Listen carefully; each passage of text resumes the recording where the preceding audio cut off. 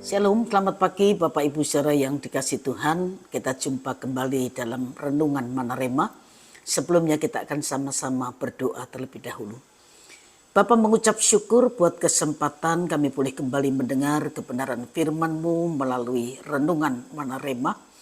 Urapi hamba-Mu, taruh kehendak-Mu untuk disampaikan. Urapi semua yang mendengar kebenaran ini. Roh Kudus tolong biar kami bisa menangkap sesuatu dari pemberitaan firman yang kami dengar. Dalam nama Tuhan Yesus Kristus kami sudah berdoa. Haleluya. Amin. Bapak Ibu saudara sekalian, pagi ini kita akan sama-sama belajar sebuah kebenaran yang saya beri tema pembentukan Yusuf. Kejadian pasal 37 ayat 9 sampai ayat yang ke-11. Kejadian 37 ayat 9 sampai ayat yang ke-11. Lalu ia memimpikan pula mimpi yang lain yang diceritakannya kepada saudara-saudaranya. Katanya, aku bermimpi pula tampak matahari, bulan dan 11 bintang sujud menyembah kepadaku. Setelah hal ini diceritakannya kepada ayah dan saudara-saudaranya, maka ia ditegur oleh ayahnya. Mimpi apa mimpimu itu? Masakan aku dan ibumu serta saudara-saudaramu sujud menyembah kepadamu sampai ke tanah? Maka iri hatilah saudara-saudaranya kepadanya, tetapi ayahnya menyimpan hal itu di dalam hatinya. Bapak Ibu saudara yang dikasih Tuhan, Tuhan itu dapat memakai semua peristiwa dalam hidup kita sebagai proses yang akan menjadikan kita semakin murni seperti emas. Dan Tuhan tahu cara yang tepat untuk membentuk kita. Belajar dari Alkitab, kita bisa melihat banyak orang percaya yang mengalami proses pembentukan, baru kemudian menduduki posisi puncak keberhasilannya. Salah satunya adalah Yusuf yang melewati 3 proses pemurnian sehingga terbentuk menjadi pribadi yang indah. Proses yang pertama, dari kakak-kakak atau saudara-saudara Yusuf. Kita sudah membaca ayatnya tadi.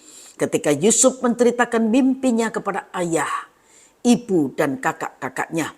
Tetapi hal itu membuat kakak-kakaknya iri sehingga Yusuf itu dibenci. Proses pemurnian dalam hidup Yusuf dimulai saat kakak-kakaknya yang tidak ingin mimpi atau visi yang diterima Yusuf menjadi kenyataan. Dalam upaya atau proses untuk menggagalkannya, saudara-saudara Yusuf sempat merencanakan untuk membunuh Yusuf. Tetapi akhirnya Yusuf dijual menjadi budak kepada kafilah Midian yang lewat. Pada titik ini masa depan Yusuf terlihat suram. Tetapi hatinya sedang dibentuk untuk mengampuni sepenuhnya. Orang yang mau diangkat oleh Tuhan harus rela melalui proses yang menjadikannya sebagai orang yang suka mengampuni dan bisa mengampuni orang lain.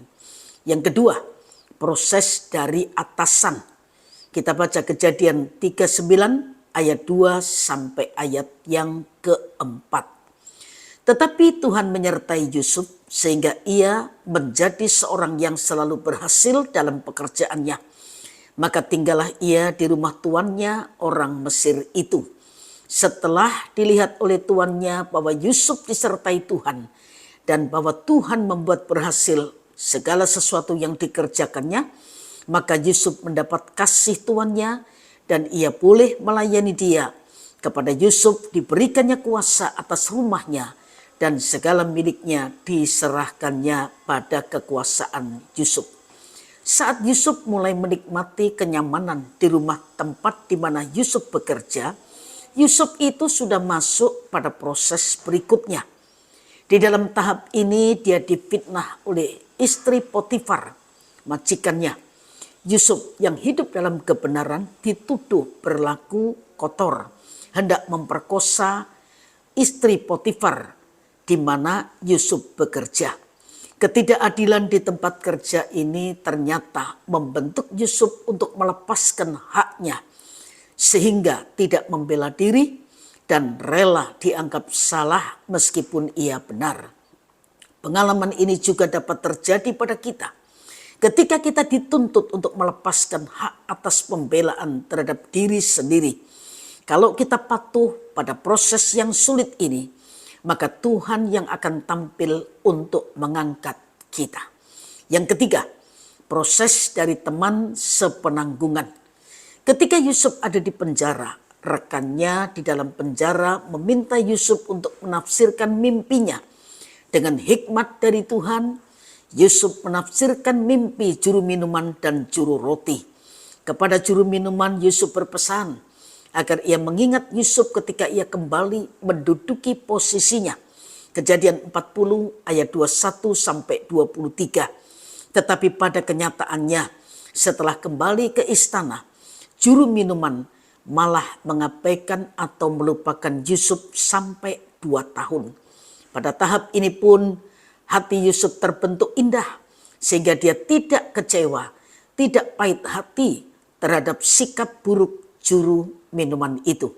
Sudah sewajarnya Bapak Ibu Saudara sekalian kita kecewa kalau orang yang pernah kita tolong menolak saat kita memohon bantuannya untuk menolong.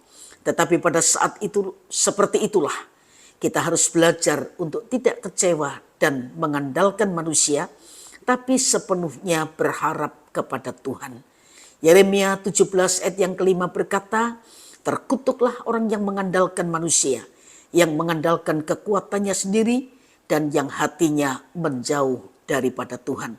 Proses pemurnian atau pembentukan itu sangat menyakitkan.